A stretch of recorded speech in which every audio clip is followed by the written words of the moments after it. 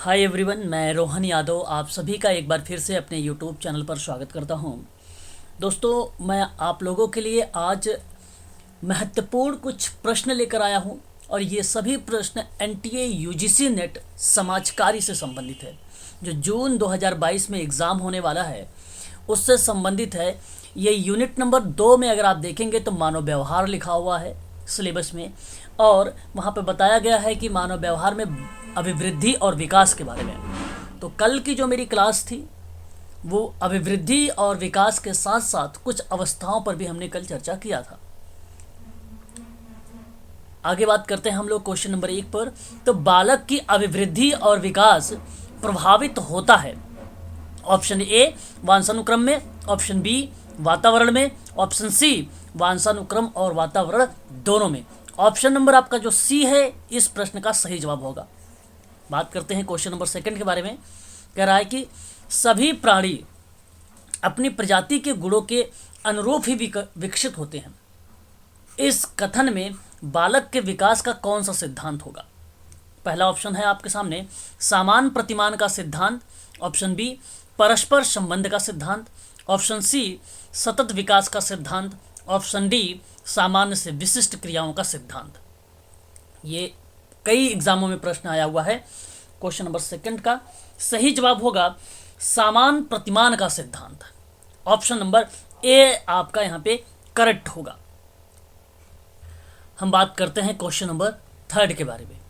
Question 3 कहता है बच्चों में शारीरिक वृद्धि की दर अधिक होती है। ऑप्शन 1 में है कि उत्तर बाल्यावस्था में पूर्व बाल्यावस्था की बजाय, ऑप्शन नंबर बी पूर्व बचपन में उत्तर बचपन की बजाय, ऑप्शन नंबर 3 कहता है उत्तर किशोरावस्था में पूर्व किशोरावस्था की बजाय, ऑप्शन डी उपर्युक्त सभी सही है। तो बच्चों में शारीरिक वृद्धि की दर अधिक होती है किसमें? ऑप्शन नंबर अगर हम बात करेंगे यहाँ पे, ये प्रश्न अच्छा है, ऑप्शन नंबर बी करेक्ट माना जाएगा यहाँ पर। ठीक है, पूर्व बचपन में उत्तर बचपन के बजाय की अवस्था में। ऑप्शन नंबर जो बी है यहाँ पर आपका ये सही माना जाएगा। मैं आप लोगों से NTA UGC net social work unit number 2 से जो मानव व्यवहार का पॉइंट लिखा हुआ है उससे संबंधित आप लोगों का मैं प्रश्न करवा रहा हूँ। कल मैंने आप लोगों के लिए इस पर थ्योरी भी क्लास लिया था। क्वेश्चन नंबर 4 की बात करते हैं। 20वीं शताब्दी को बालक की शताब्दी कहा गया है। यह परिभाषा किसने दिया था? और मैंने आप लोगों से उस जब ये परिभाषा बता रहा था तो वहाँ पर आप लोगों को स्टार लगा के बताया था।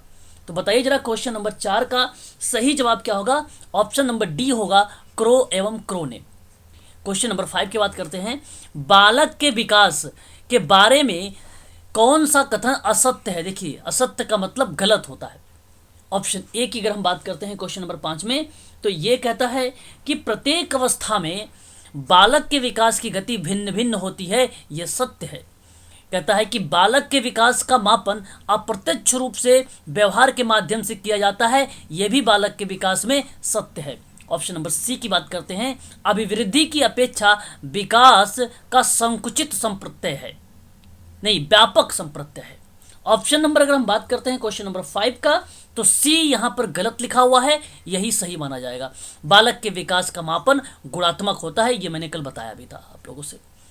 यदि आप लोग यूजीसी समाजकारी से ऑनलाइन क्लास लेना चाहते हैं तो डिस्क्रिप्शन में मेरा नंबर दिया गया है 8506031308। आप मुझसे संपर्क कर सकते हैं और यूजीसी समाजकारी के संबंध में संपूर्ण जानकारी भी प्राप्त कर सकते हैं और कुछ महत्वपूर्ण टॉपिक और क्वेश्चंस, पीवाईक्यू एटसेट्रा सभी जानकारी आपको यहाँ पे प्रोवाइड कर दी जाएगी। आगे अगर हम बात करते हैं कि सिरोपुच्छ विकास का नियम क्या होता है, मैंने इस पर भी थोड़ा सा आप लोगों को बताया था क्वेश्चन नंबर 6 में कि बालक की वृद्धि और विकास सिर से पैर की ओर होता है, यही सिरोपुच्छ विकास का नियम कहलाता है। ऑप्शन नंबर पहला वाला ही सही माना जाएगा। क्वेश्चन नंबर 7 की बात करते हैं। बालक की अभिवृद्धि संबंध में निम्न कथनों पर विचार कीजिए आप लोग। क्वेश्चन नंबर 7 की अगर हम बात करते हैं तो यहाँ पर अगर हम बात करें, क्या अभिवृद्धि का मापन परिणाम जो है परिमाणात्मक होता है? ऑप्शन ए बता रहा है, तो मैं आपको बता दूं यहाँ पे ये आपका सही माना जाएगा। अभिवृद्धि शारीरिक अंगों का या शारीरिक अंगों की होती है अभिवृद्धि, तो ये भी स्टेटमेंट आपका सही है, बिल्कुल शारीरिक अंगों की होती है वृद्धि। और अभिवृद्धि व्यवहार को प्रभावित करती है, तो आप लोग कहेंगे ये भी बिल्कुल सत्य है। और अभिवृद्धि का प्रत्यक्ष रूप से मापन नहीं किया जा सकता है, तो ये गलत जवाब है आपका, प्रत्यक्ष रूप से उसका मापन किया जा सकता है। तो यहाँ पे पूछा था कि कौन सा कथन सही है, आपने विचार किया तो ए बी सी सही है। ऑप्शन नंबर अगर आप देखेंगे तो बी में लिखा हुआ है, इसलिए आपका ऑप्शन बी सही है। ऐसे प्रश्न यूजीसी में पूछे जाते हैं, आप लोग ध्यान रखिएगा। क्वेश्चन नंबर 8 की बात करते हैं। सामाजिक और व संवेगात्मक विकास साथ साथ चलते हैं, यह कथन किसका है? क्वेश्चन नंबर 8, इसका सही जवाब ऑप्शन नंबर अगर हम बात करेंगे तो डी आएगा, क्रो एवं क्रोनेम। क्वेश्चन नंबर 9 की बात करते हैं। भाषा विकास का सिद्धांत किसने दिया है? नॉन चॉम्स्की ने, कि वाइगोत्स्की ने, जीन पियाजे ने, कि लॉरेंस कोहलबर्ग ने? तो क्वेश्चन नंबर 9 का सही जवाब होगा option number A, non Chomsky. Question number 10 की बात करते हैं हम लोग कि बालक के विकास के संबंध में निम्न कथनों पर विचार कीजिए। और आपके सामने ऑप्शन है क्वेश्चन नंबर 10 के, आपको बताना है शारीरिक अंगों की कार्यकुशलता ही विकास है, बिल्कुल सत्य जवाब है आपका यहाँ पे। और विकास में गुणात्मक परिवर्तन आता है, ये भी सत्य जवाब है यहाँ पर। विकास पर वंशानुक्रम और वातावरण का प्रभाव पड़ता है, अभी मैंने क्वेश्चन नंबर 1 या 2 लिया था, मैंने आपको बताया भी था, तो वहाँ पर ये स्टेटमेंट सत्य था। तो वंशानुक्रम और वातावरण का प्रभाव पड़ता है। क्वेश्चन अगर हम क्वेश्चन 10 का ऑप्शन डी देखते हैं तो विकास जन्म से लेकर मृत्यु तक चलता है, ये भी सत्य है। तो इसलिए ऑप्शन नंबर यहाँ पर 10 जो है 10 का डी सही माना जाएगा, A B C D. Question number हम बात करते हैं 11 के बारे में कि अभिवृद्धि यानी ग्रोथ शब्द का प्रयोग बालक, क्वेश्चन नंबर 11 है हमारे सामने, इसका सही जवाब क्या होना चाहिए? तो अगर मैं बात करूँ शारीरिक परिपक्वता के लिए, तो अभिवृद्धि का जो शब्द है इसका प्रयोग बालक के लिए किया जाता है, शारीरिक परिपक्वता के लिए नहीं और मानसिक परिपक्वता के लिए भी नहीं। अगर हम बात करें यहाँ पर देखिए ऑप्शन नंबर ए और बी दोनों के दोनों इन्वॉल्व है शारीरिक और मानसिक परिपक्वता के लिए, और ऑप्शन डी है उपर्युक्त सभी के लिए। तो देखिए यही नहीं है, यहाँ पे अभिवृद्धि शारीरिक और मानसिक परिपक्वता दोनों के लिए सत्य माना जाएगा। क्वेश्चन नंबर 11 का सही जवाब ऑप्शन नंबर यहाँ पर डी बी सही, सी सही माना जाएगा आपका, ठीक है, शारीरिक और मानसिक। क्वेश्चन नंबर अगर हम बात करते हैं 12 के बारे में कि शिशु काल को अपीली काल किसे कहते हैं? अपीली काल किसने कहा है? तो आप सभी लोगों को बता दूं ये प्रश्न काफी इंपॉर्टेंट है, हॉलॉक के द्वारा अगर बताएं तो ये सही माना जाएगा। क्वेश्चन नंबर 12 का ऑप्शन नंबर बी सही माना जाएगा। क्वेश्चन नंबर अगर हम बात करते हैं 13 के बारे में, आपको सुमिलित नहीं, मतलब इसमें दिखाना है आपको कि किसका स्टेटमेंट किस विद्वान ने नहीं दिया है। क्वेश्चन नंबर 13 का सही जवाब क्या होगा? अगर हम बात करते हैं विकास व्यक्ति में नवीन विशेषताओं और योग्यताओं का जो है प्रस्तुति करता है, ठीक है, प्रस्फुटित करता है, तो इसका सही जवाब होगा हॉलॉक, ये सत्य है। और अधिगमकर्ता का विकास एक द्रुतगामी प्रक्रिया है, स्किनर का है, बीएफ स्किनर का, ये भी सत्य है। बालक की अभिवृद्धि जैविकी नियमों के अनुसार होती है, तो क्रॉगमैन का है, ये भी सही है। वृद्धि और विकास स्वरूप का परिवर्तन ना होकर आचरण में परिवर्तन द्वारा भी होता है, तो यहाँ पे अगर हम बात करते हैं कंडू एवं टुट्टू, तो ये ऑप्शन आपका गलत हो जाएगा। क्वेश्चन नंबर यहाँ पर अगर हम बात करते हैं 13 का ऑप्शन नंबर डी सही मैच नहीं है, इसलिए ऑप्शन डी सही माना जाएगा। क्वेश्चन नंबर 14 की बात करेंगे, गुणात्मक परिवर्तन कहलाता है क्या अभिवृद्धि, विकास या अभिवृद्धि और विकास के उपर्युक्त सभी? क्वेश्चन नंबर 14 का ऑप्शन नंबर बी करेक्ट माना जाएगा कि गुणात्मक परिवर्तन कहलाता है केवल विकास, ऑप्शन नंबर बी सही रहेगा। क्वेश्चन नंबर 15 की बात करते हैं, अभिवृद्धि और विकास के सिद्धांत निम्न में से नहीं है।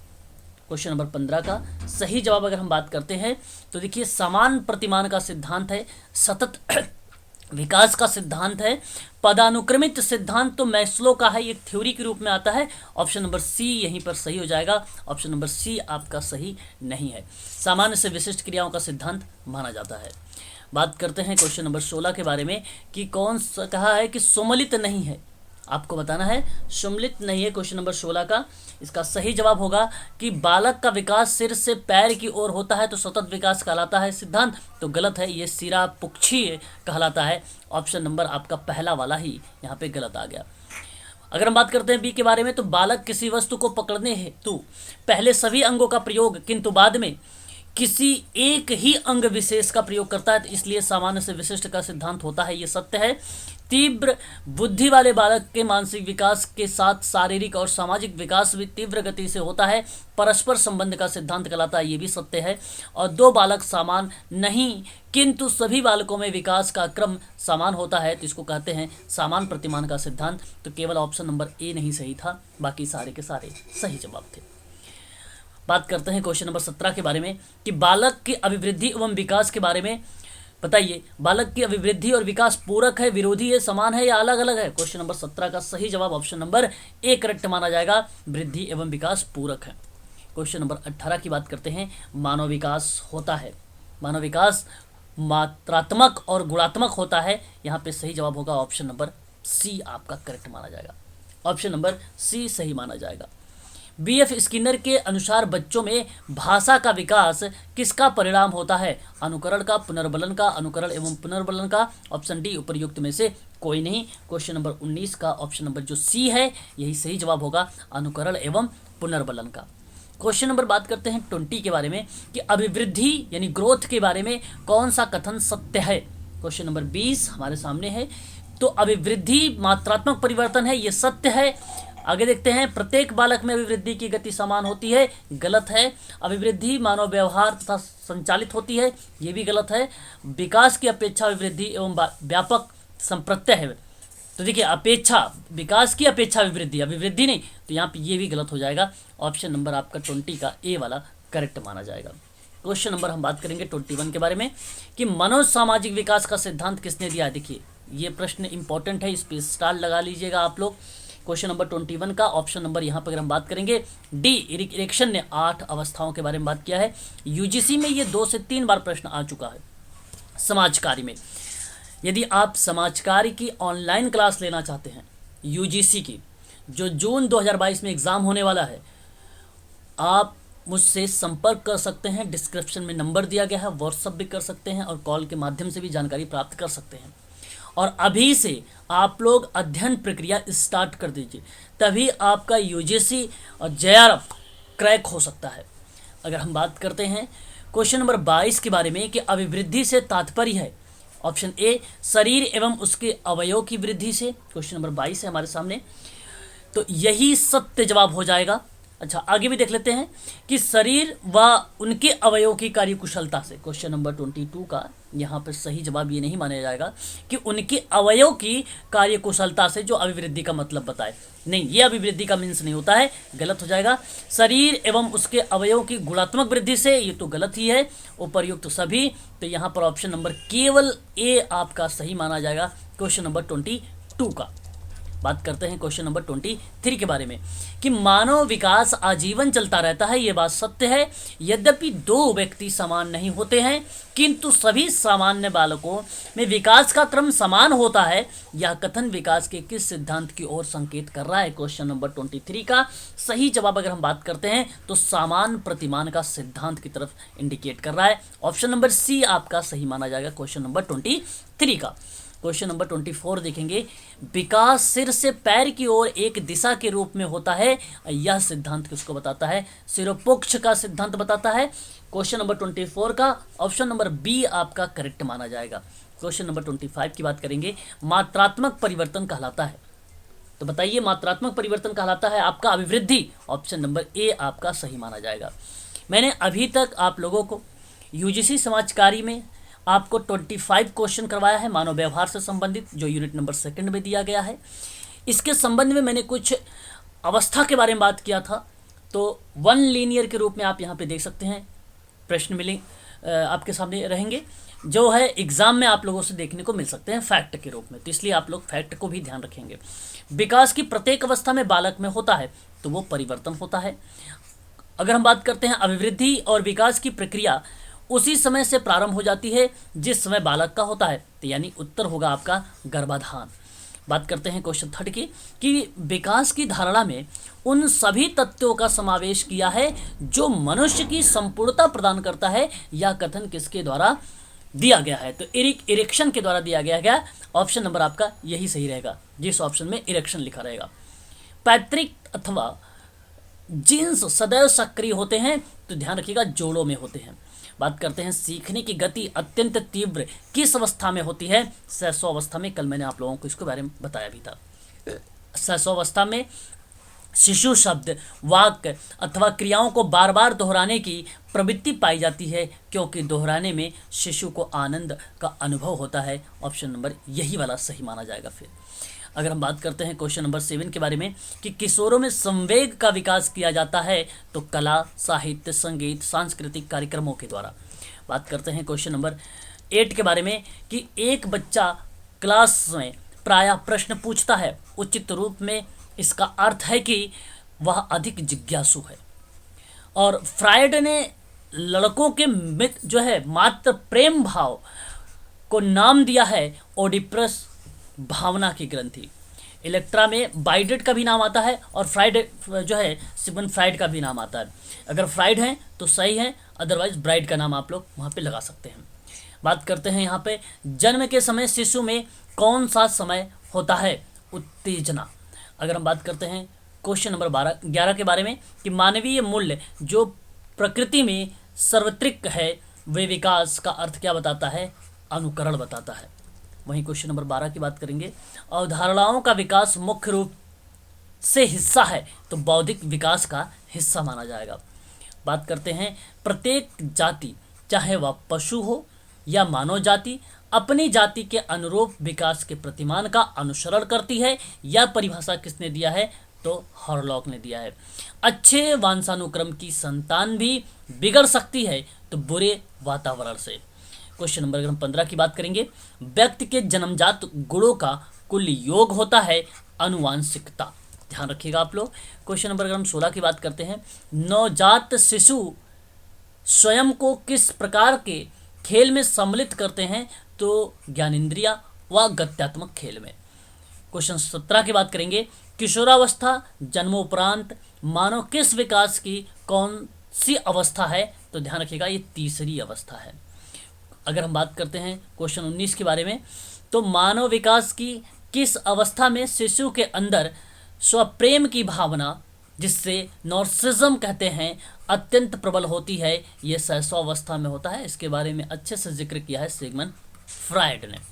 बात करते हैं अगर हम लोग, देखिए अभी मैंने आप लोगों को बताया भी था ब्राइड, अगर ब्राइड का नाम नहीं है तो सिगमंड फ्रायड होंगे, और अगर सिगमंड फ्रायड नहीं है तो ब्राइड जरूर होंगे। तो ब्राइड ने लड़की के पितृ प्रेम भाव को क्या नाम दिया है? इलेक्ट्रा भावना ग्रंथि दिया है। बात करते हैं अगर क्वेश्चन नंबर 21 के बारे में कि प्रारंभिक विद्यालय आयु, जिसको एलिमेंट्री स्कूल एज कहते हैं, किस अवस्था को कहा जाता है? तो ये बाल्या अवस्था को कहा जाता है।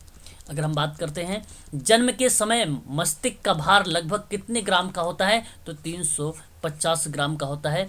बालक जन्म के समय बालिकाओं से लगभग कितने इंच लंबे होते हैं?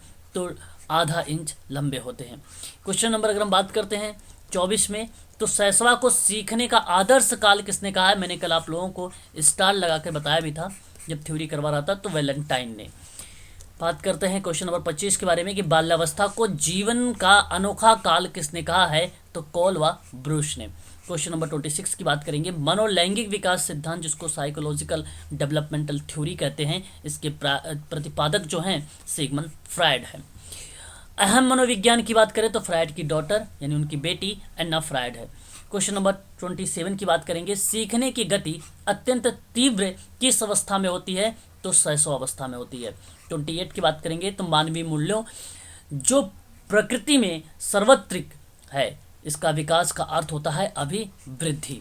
क्वेश्चन नंबर अगर हम बात करेंगे 29 के बारे में कि किस अवस्था में मानसिक बिंबों का महत्व नहीं होता है, यानी मेंटल इमेज का महत्व नहीं होता है? तो क्रियात्मक में।